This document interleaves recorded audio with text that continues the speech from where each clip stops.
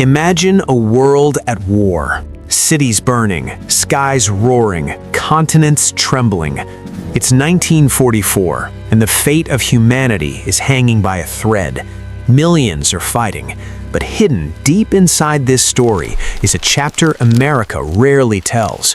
A chapter written by black soldiers, men who flew, marched, strategized, engineered, and sacrificed, while a country they fought for refused to see them as equals. But this is not a tragedy. This is a rising. Over the next 30 minutes, you will step into the boots of the Tuskegee Airmen, the 761st Tank Battalion, the Red Ball Express, the black engineers who built the impossible, and the medics who saved lives on beaches where their own weren't welcome. Their courage shaped the outcome of a global war, but their names were erased, their victories pushed into the shadows. Tonight, their truth takes the stage. Before the world exploded into conflict, black Americans lived in a country split by segregation and enforced silence. And when war arrived, the military was no different. Segregated barracks, segregated mess halls, segregated units. The message was cruel and clear. You can serve, but you cannot stand beside us. But history has a dark sense of irony, because when the war became bigger than ideology, bigger than borders, the very soldiers the country tried to limit became the soldiers it most desperately needed. Germany's war machine was growing unstoppable. Japan expanded across the Pacific. Europe was choking under tyranny. The world needed manpower, skill, brilliance, fast. And America looked again at the men it had overlooked. Men with discipline, men with hunger, men with something to prove, not to themselves, but to a nation that doubted them. The war was changing, and so were they. Picture this, rows of young black men standing beneath Alabama's sun, wearing crisp flight suits the country swore they'd never earn. These were the Tuskegee Airmen, America's first black military pilots. They trained under pressure that no other pilots faced. Every exam, every flight, every maneuver wasn't just for themselves, but for the right of every black American who would come after them. Commanders doubted them, newspapers mocked them, some politicians swore they'd fail before they even touched a cockpit. But when these men took to the sky, the world learned a different story. Their planes, red tails, became symbols of skill and discipline. Bomber groups begged for their escort. Enemy pilots feared their precision. They did not fly to prove their worth. They flew because history demanded proof of what they already knew. They were among the greatest pilots in the world. Imagine flying at 20,000 feet, engines screaming, bullets cutting the air, clouds flashing with tracer fire. Your bomber group is surrounded, and one mistake could cost hundreds of lives. Then, like guardians emerging from the sun, you see them, red tails. The Tuskegee Airmen protected American bombers with a level of discipline unmatched by any other unit.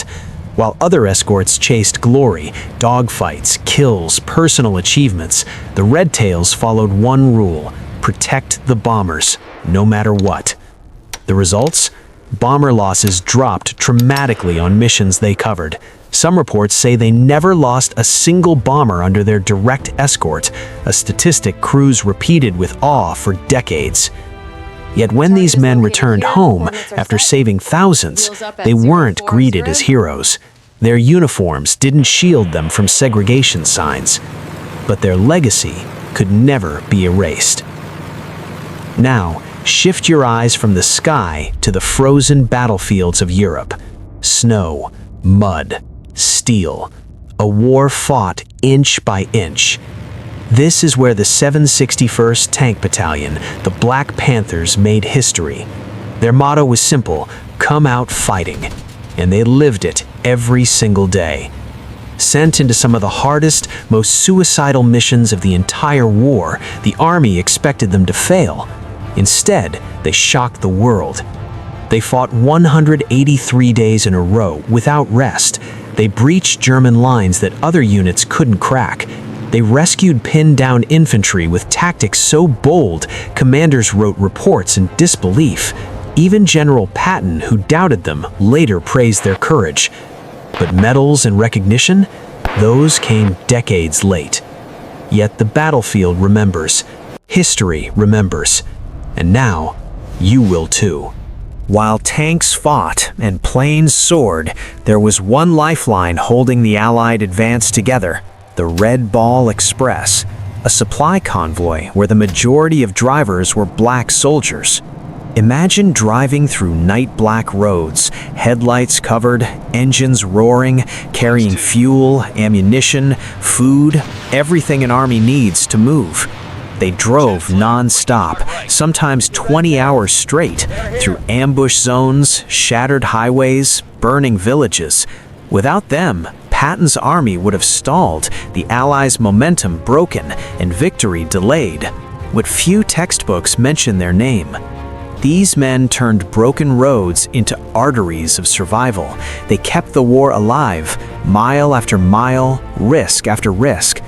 Their perseverance wasn't glamorous, it wasn't photographed, but it was essential. Without them, World War II would have taken a very different turn. Not every hero carried a rifle. Some carried shovels, welding torches, blueprints. Black engineer battalions built airstrips, bridges, roads, and bases at speeds military planners didn't think possible. In the Pacific, they carved runways out of jungle. In Europe, they rebuilt roads destroyed by bombs. In Africa, they built ports capable of launching entire armies. These weren't small assignments, they were the infrastructure of victory.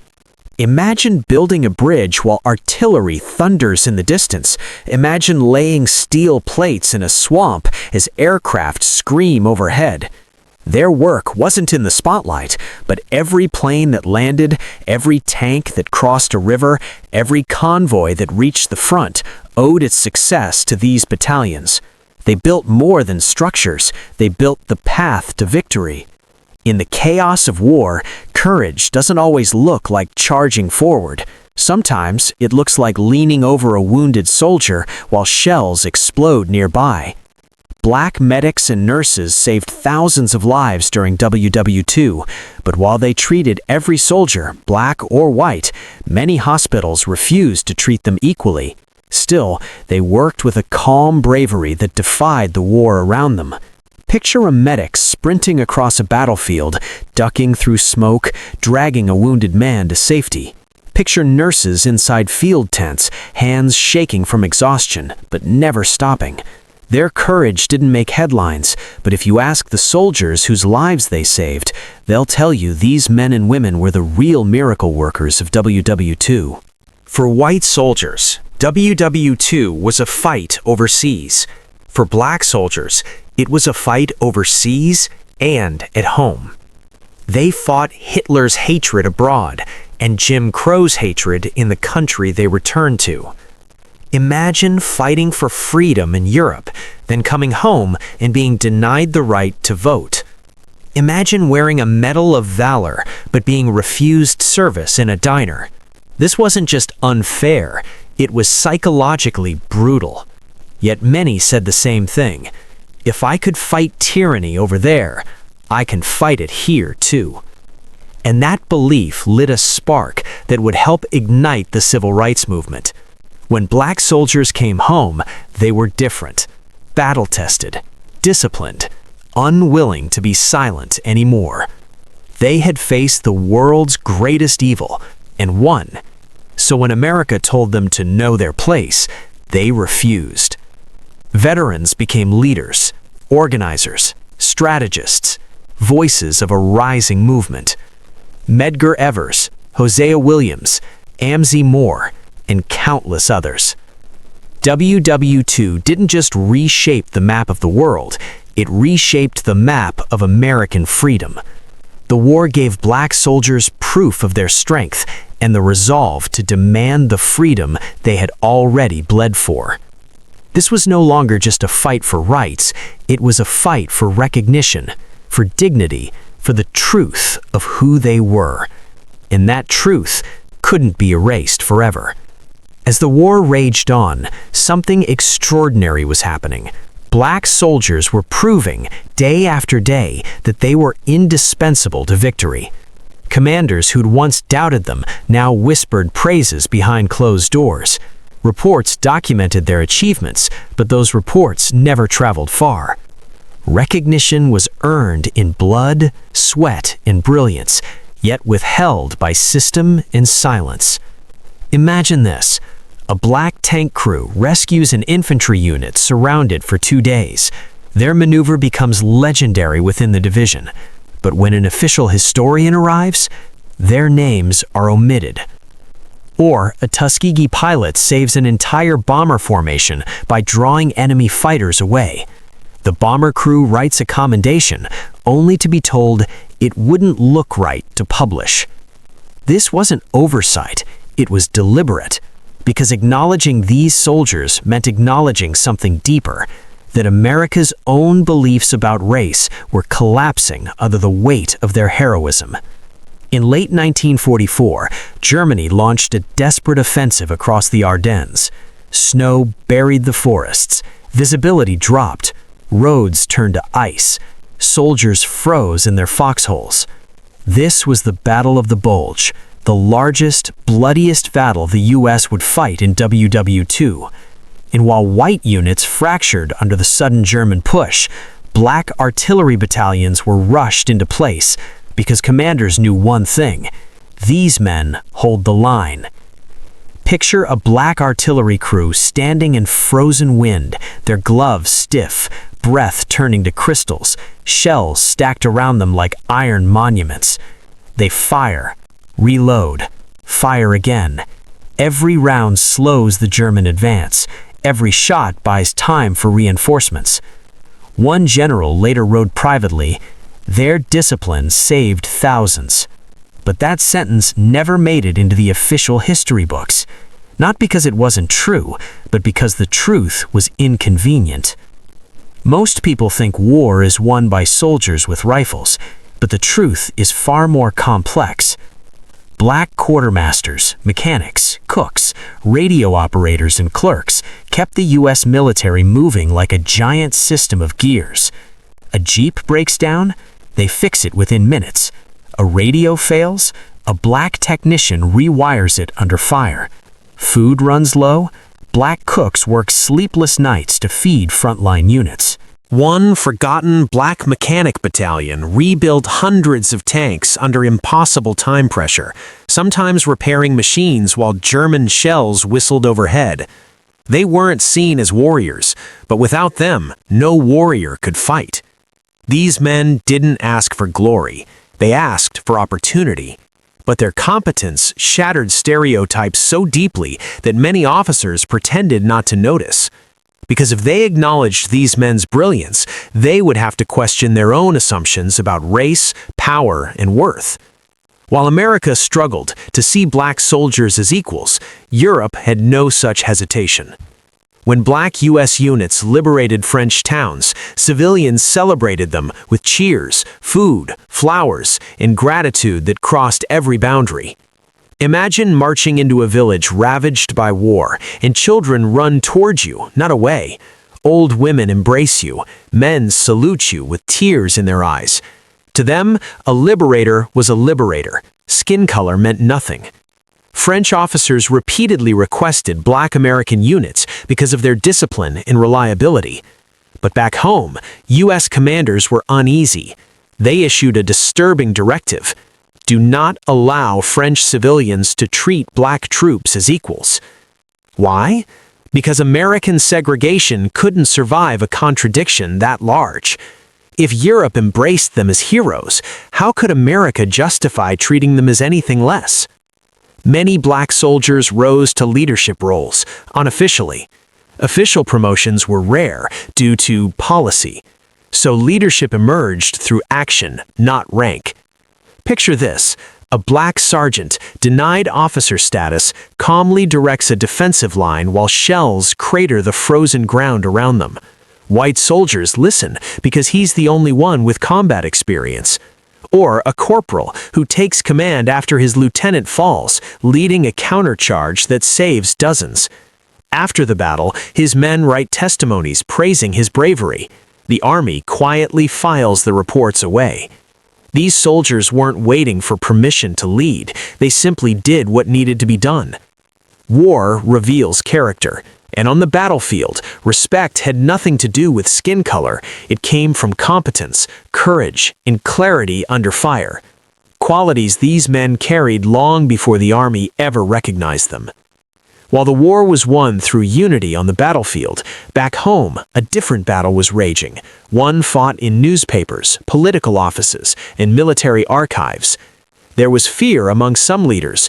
If black soldiers are recognized as heroes, how can we deny them equal rights after the war? So silence became policy. Photographs omitted them, newsreels cropped them out, textbooks ignored them. A general once wrote, "History will not remember them unless we allow it to." And America chose not to allow it. But truth doesn't die. It waits. It surfaces. It finds its way into stories like this one, stories that demand the world look again. Because silence may delay justice, but it cannot erase the people who earned it. When black soldiers returned home from Europe and the Pacific, they carried more than medals. They carried clarity. They had fought Hitler's hatred abroad, they had fought segregation's hatred at home, and now they understood something powerful. The world they had seen, Europe cheering them, France embracing them, was different from the one they grew up in. This was the spark, the shift, the moment thousands of black veterans realized they no longer had to accept second-class citizenship. War didn't just change the world, it changed them. It sharpened their sense of justice. It fueled a new generation of leaders who knew that freedom wasn't granted, it was demanded. These soldiers didn't come home quietly. They came home ready to transform America.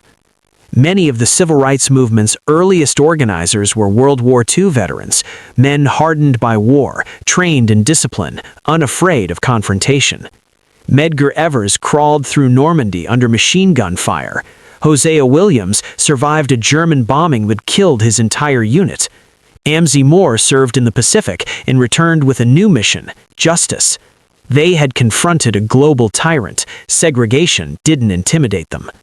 They marched with the same precision they learned in the army. They organized with the same strategy they used on the battlefield, and they spoke with the moral authority of men who had defended freedom for the entire world. America wasn't ready for them, but they were ready for America. And every step they took moved the nation closer to the ideals it claimed to stand for. Decades passed before many black World War II soldiers received the medals they earned. Some waited half a lifetime. Some never lived to see justice. Historians dug through old archives and found commendation letters that had been ignored, witness testimonies that were dismissed, recommendations that were lost. And slowly, the truth resurfaced. In the 1990s and 2000s, medals finally came. Bronze Stars, Silver Stars, Medals of Honor, awards delayed by generations. It was bittersweet, but recognition, even late, matters, because it restores what was taken: dignity, acknowledgement, truth. These men didn't fight for medals, but they deserved their place in history, a place denied but never forgotten. By 1945, black soldiers had shaped the course of the war in every theater, air, land, and sea. Their bravery wasn't a footnote, it was a foundation. They proved what America refused to believe. They redefined what a soldier looked like. They planted the seeds of a movement that would change the nation. And though history tried to erase them, courage leaves traces, footprints, stories passed down through families, reports buried in archives, legacies whispered until they grow loud enough to be heard. Today, we speak their names not as forgotten men, but as heroes who helped save the world. This legacy is not just history, it is inheritance, a reminder that truth can be buried, but it cannot be destroyed. For decades after the war, classrooms, documentaries, even Hollywood films painted a version of WWII missing one essential truth: Black soldiers helped win it. Not as side characters, not as footnotes, as heroes whose work shaped the trajectory of the entire conflict. But narratives aren't neutral. They're crafted, repeated, polished, and protected. And for America, acknowledging the full story meant confronting a painful contradiction. How could a nation built on segregation admit that equality had already been proven on the battlefield? So the narrative stayed incomplete, selective, strategic. But stories have power, and once the truth begins to surface, even in whispers, it becomes impossible to bury again.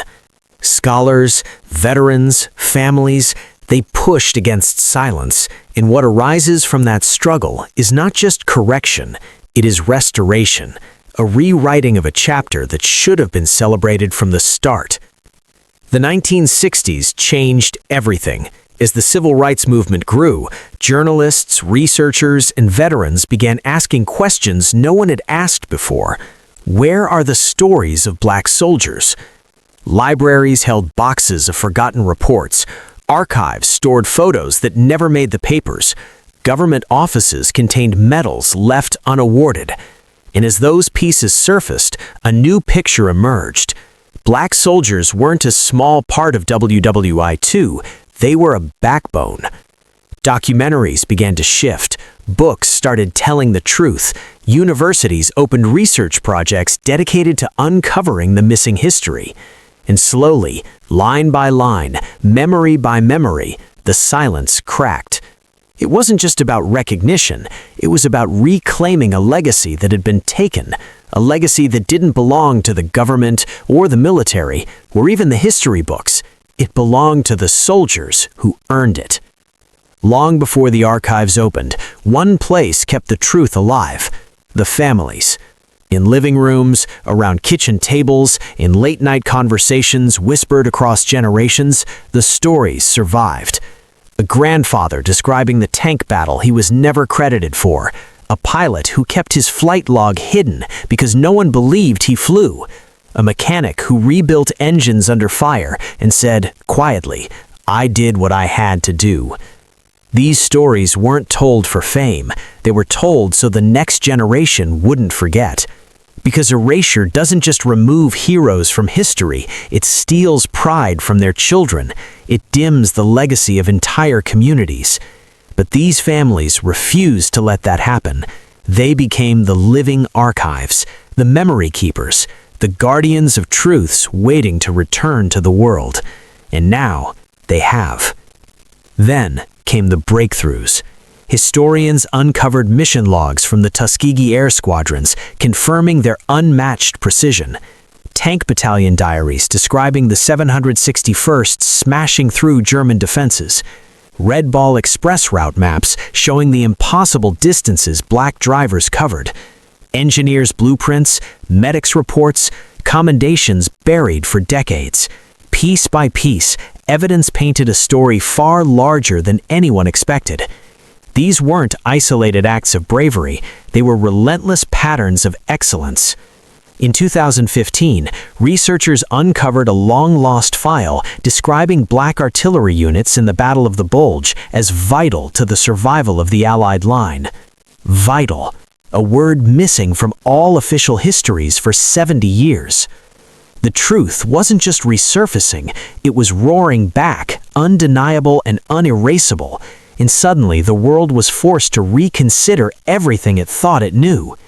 It took nearly half a century for Hollywood to begin acknowledging this story. War films slowly shifted from focusing solely on white units to include black heroes who shaped the battlefield. But still, most stories remained untold. The Tuskegee Airmen got a movie, but not the depth they deserved. The 761st Tank Battalion rarely appears outside documentaries. The Red Ball Express, barely a footnote on screen. Yet the demand is growing. Young creators, historians, filmmakers, all pushing for authenticity, accuracy, representation. Because Hollywood shapes memory, and when the screen finally reflects the truth, the world listens. This isn't about replacing old stories, it's about completing them, adding the missing pieces, restoring the heroes who were always there, waiting for someone to tell their story the way it should have been told from the beginning. Erasure isn't just historical, it's emotional. Imagine giving everything, your strength, your courage, your life, to protect a country, only to be erased by it. Imagine fighting tyranny overseas, then returning home to face discrimination in uniform. That pain doesn't disappear. It passes through generations. It becomes a quiet ache inside families, a missing piece of identity, a question left unanswered. Why wasn't he honored? But when the truth returns, when records are corrected, medals awarded, stories told, healing begins. It doesn't erase injustice, but it restores dignity. This documentary isn't just recounting history, it is an act of remembrance, a way of saying what should have been said long ago. We see you, we honor you, your sacrifices mattered. And finally, the world is listening.